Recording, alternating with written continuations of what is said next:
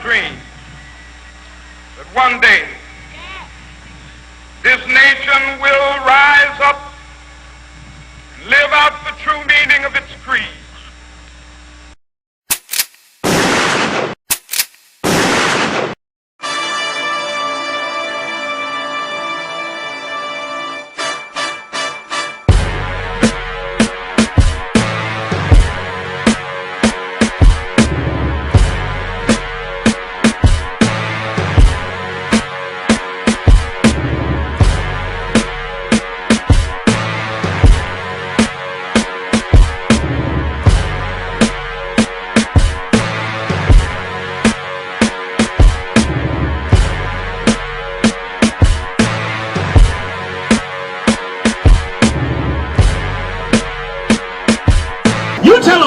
He's a Jew, he like, nigga please.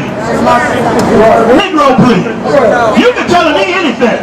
If I say, brother, you need to check out Hinduism, you be like, yeah, I might check that out. If I say, brother, you a Muslim, you be like, yeah, that's a black man religion. If I say, brother, you should go to church, you say, yeah, I might check that out, my woman go. But if I say black man and black woman, you are somebody that they never want you to know who you are. You are the real Jews in the Bible. And you'll be like, nigga, please. And you know why? Because you've been taught your whole life to be less than a human. You don't even know you suffer from low self-esteem. You don't know that you suffer from Stockholm Syndrome. You don't know that you suffer from a lack of education about yourself. The proof of it is that you are marching in Washington at the Martin Luther King Memorial for a man that told you to be the best slave you could be. You obeyed Martin Luther King, and now the black community is wiped out. You got no more businesses, you got no more infrastructure, you got nothing. And you listen to a man that told you, give it all to the white man. Be the best slave you could be to the white man. And you obeyed him, and look at you today. If a black man come out of jail today, and he say, I want to start my life over. I'm a criminal, I got a felony, but I want to start my life over. Can you tell me the black business that he can go to and go into business and knock on the door and say, excuse me, Mr. Black owner, I just come out of prison. I want to start my life again. Can you give me another chance? We both black men. You know the mistakes that we make. I made a mistake. I want another chance. Where's the business act that he can get hired from? It don't exist. You know why? You know why? Because you want to march for Martin Luther King like a fool.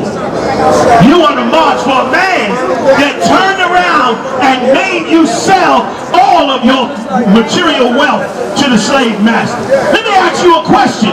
Did Martin Luther King and them consider when they was telling us to go sit in at the Woolworths and force racist white people to take our money for soup and donuts, when he was making us force racist white people to take our money for soup and donuts? Did Martin Luther King love us enough to say to himself, wait a minute, if we tell black people to go in all the white businesses, what's going to happen to the black businesses? That's right.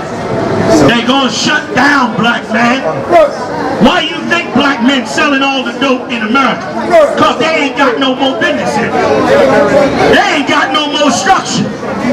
They don't know what to do with themselves because of the destruction that happened to you. Your black leaders are the evilest men on the face of this earth. You love Al Sharpton, God hates him. You love Jesse Jackson, God hates him. You love Barack Hussein Obama, and God hates him, man. And you don't understand why, because you don't understand God. Because God loves you, and Martin Luther King did not. Martin Luther King did not love you. He thought he loved you, and he loved you. He would have told you, you know what he would have said? He would have said, when we do this bus boycott, we ain't never going back to riding on a white man's bus. Look at D.C. now. Who own all the buses? How much money? All the money millions spent on the bus company in D.C., how much of them millions of dollars go back to your community? Not a stinking guy. You know why? You know why? Because when the white man told you you could sit on the front of the bus, you know what you did? You ain't got on the front of the bus and gave the white man your money.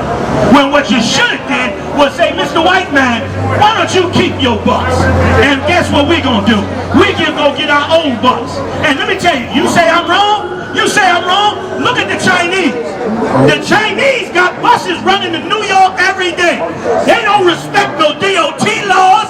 Tires fall off the bus, they crash in the buses up, and guess what? All the money going in Chinatown. Wait a minute, wait a minute, I want my educated niggas to hear this. All you old educated, good college degree, alumni, Kappa, Beta, Kappa, and all that. I want you niggas to hear this part. I want you to look down the street in Chinatown, because the Chinese, they ain't put nobody in office. They didn't go get on the white man's buses. Look down the street in Chinatown. They building multi-billion-dollar housing complexes. You know where they got the money from? They own goddamn self. You know why? Because they ain't give the money to the white man like you did. They ain't have no Uncle Tom Nitter like Martin Luther King to sell them out to a slave master so they end up in poverty and in hell in 2013. Black man, black woman, you better wake the hell up. You better wake the hell up. Hold it now, hold it now. Quantazar. Read me the inscription on that stone. I want y'all to hear this. Y'all in Chinatown, right? I want him to read the inscription on this stone right here.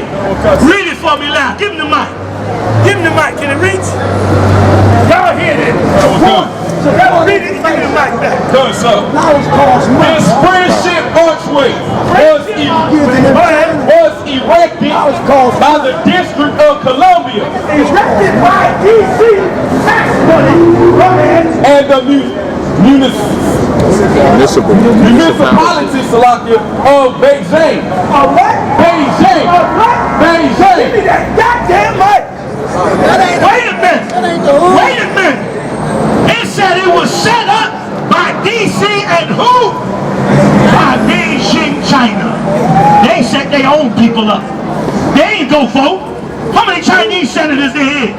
How many Chinese congressmen? You don't know, because there ain't none. And they ain't need none. But Chinatown prospering.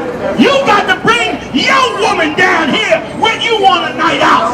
You know why? Because ain't no fuddruckers in the hood. You know why? Because it ain't no Starbucks up there in the hood for shit. You know why? You know why? Because you listen to a low-life piece of garbage called Martin Luther King. And you look at him like a dog. And you look at him like a dog. Let me tell you black people something you don't know. Black man and black woman. I'm going to tell you something today. Give me this book again. You see this book here? Like I said, y'all seen this book before, right? I'm sure this book's been around town, maybe through the city a couple of times, haven't it? Here's what you don't understand. That this book is not talking about white people. This book is talking about black people. The people in this book are black, not white. You've been taught your whole life that the people in this book was white people. That was the holy people. When you gonna find out that God is ironic. That God is ironic. The Egyptians were way more powerful. Had gold on their fingertips, gold slippers on their feet. And God told them through Moses, you to let my people go. Pharaoh looked at it like it was a joke. You know why? Because Pharaoh thought just like you think. There's no way these niggas and sticks could ever be God's chosen people. Well, I got bad news for you. God done played a game on this world. You're going to find out the hard way that everybody you done read about in this Bible was niggers. David was a nigger.